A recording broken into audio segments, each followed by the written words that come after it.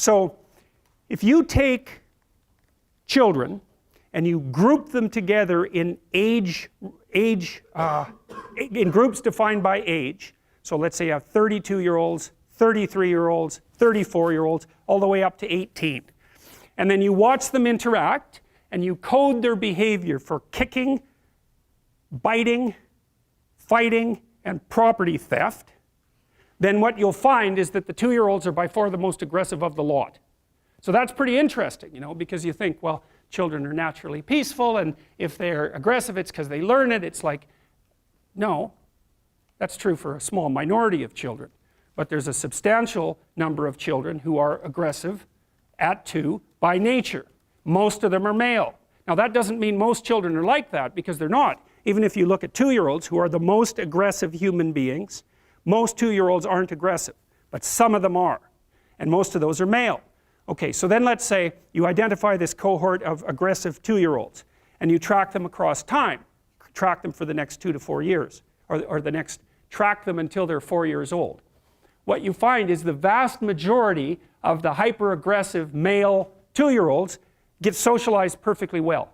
So by the time they're 4, they're temperamentally probably still more aggressive, but they've become civilized little monsters, so other people can tolerate them. And that means that they've had parents or peers or educational experiences that enabled them to learn how to interact productively with other kids and to bring their aggressive nature under control. Some of that seems to be mediated by the opportunity to engage in rough and tumble play. And that's one of the things that we know that helps socialize rats, for example. It's vital to them, but it also seems to really be good for socializing young kids. And rough and tumble play, which is something that adult males particularly like to do with young kids, by the way, not before 9 months because they're just too little, but once they become ambulatory and, you know, kind of puppy-like so that they're a little bit more robust, then you can play a lot with them, and you can play with them right at the edge of danger too, which kids they absolutely go nuts for that. They love that. So when I had little kids, I made this kind of wrestling ring out of these 2 couches that we had that would hook together. And I'd bring them on there and, you know, toss them up in the air and catch them, you know, 8, 10 feet. No, a foot in the air and catch them. And they'd go like this, and then, you know, I'd catch them and they'd laugh, and I'd throw them up and they're all freaked out, and then they'd laugh. And, you know, so they're learning trust with that in an embodied way. And they're also learning, and this is from stretching them out and wrestling them and twisting them around and letting them pull on your hair and hit you and all of those things. They learn deep in their bones exactly what can hurt them and what doesn't. And you want to kind of push them to the edge, you know, so that they can tell the difference between what hurts and what's still within the realm of the game.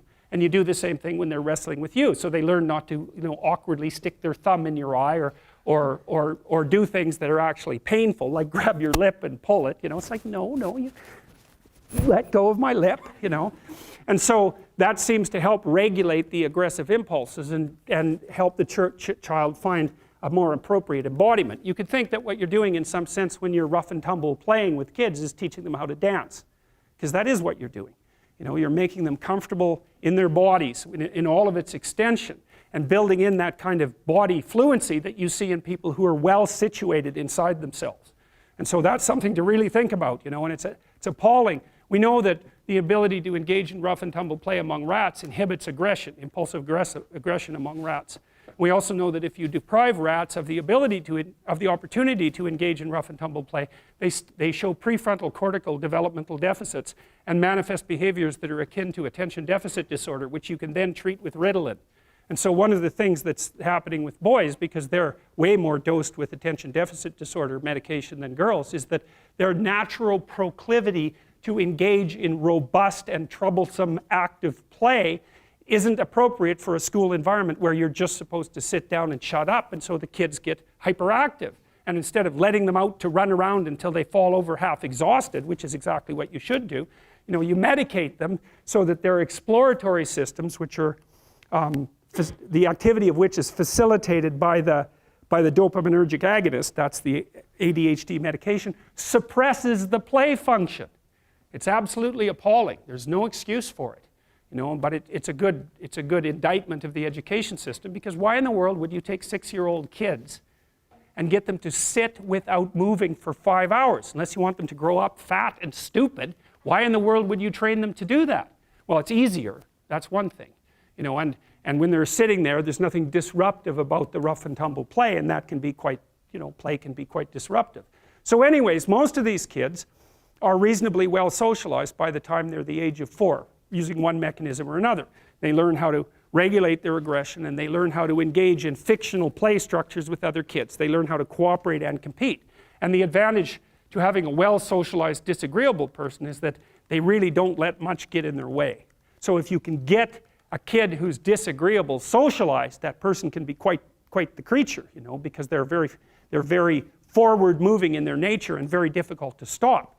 But if you don't get them successfully domesticated, tamed, roughly speaking, by the time they're 4, their peers reject them. And that's a big problem, because your job as a parent is to make your child socially desirable by the age of 4. Like you want to burn that into your brain, because people don't know that. That's your job. And here's why. It's easy if you think about it carefully. So you imagine you've got a 3-year-old child, so sort of halfway through that initial period of socialization, and you take that child out in public. Okay, what do you want for the child? Who cares about you? What do you want from for the child? You want the child to be able to interact with other children and adults so that the children are welcoming and smile and want to play with him or her, and so the adults are happy to see the child and treat him or her properly.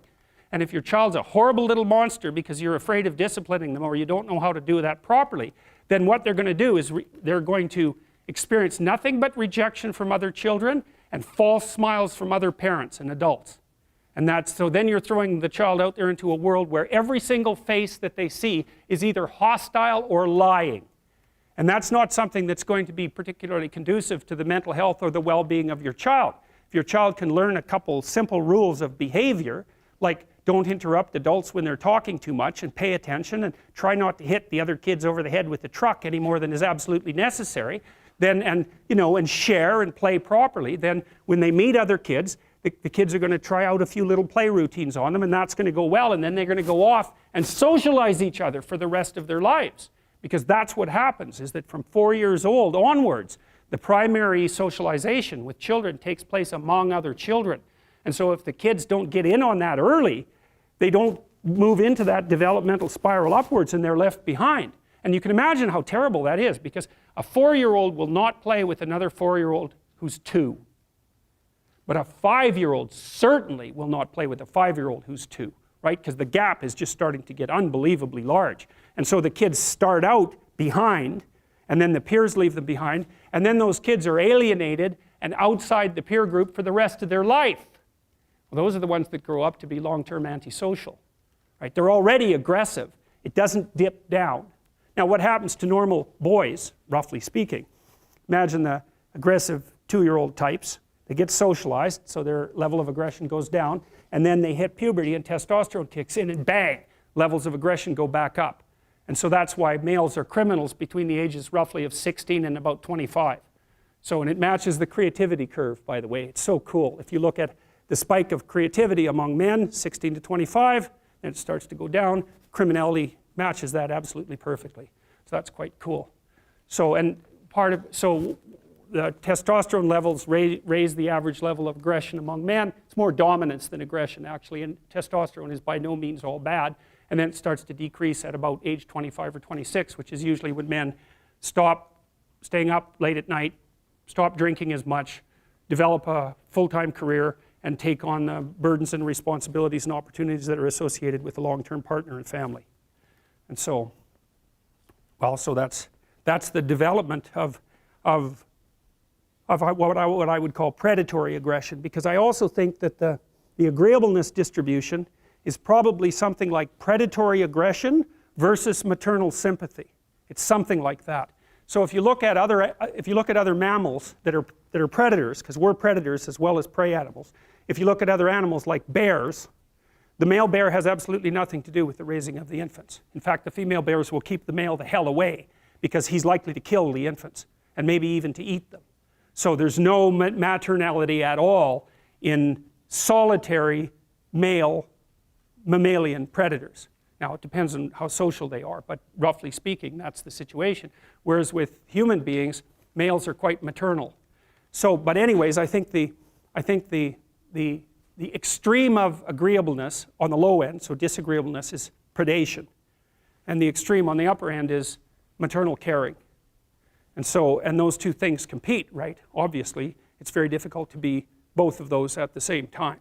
And so men, of course, in the wild, so to speak, are very, very few women hunt in modern societies or in archaic societies.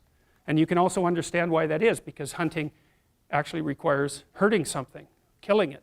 And it's usually something that's not very impressed about being hurt or killed, and that will emit a lot of distress while it's happening.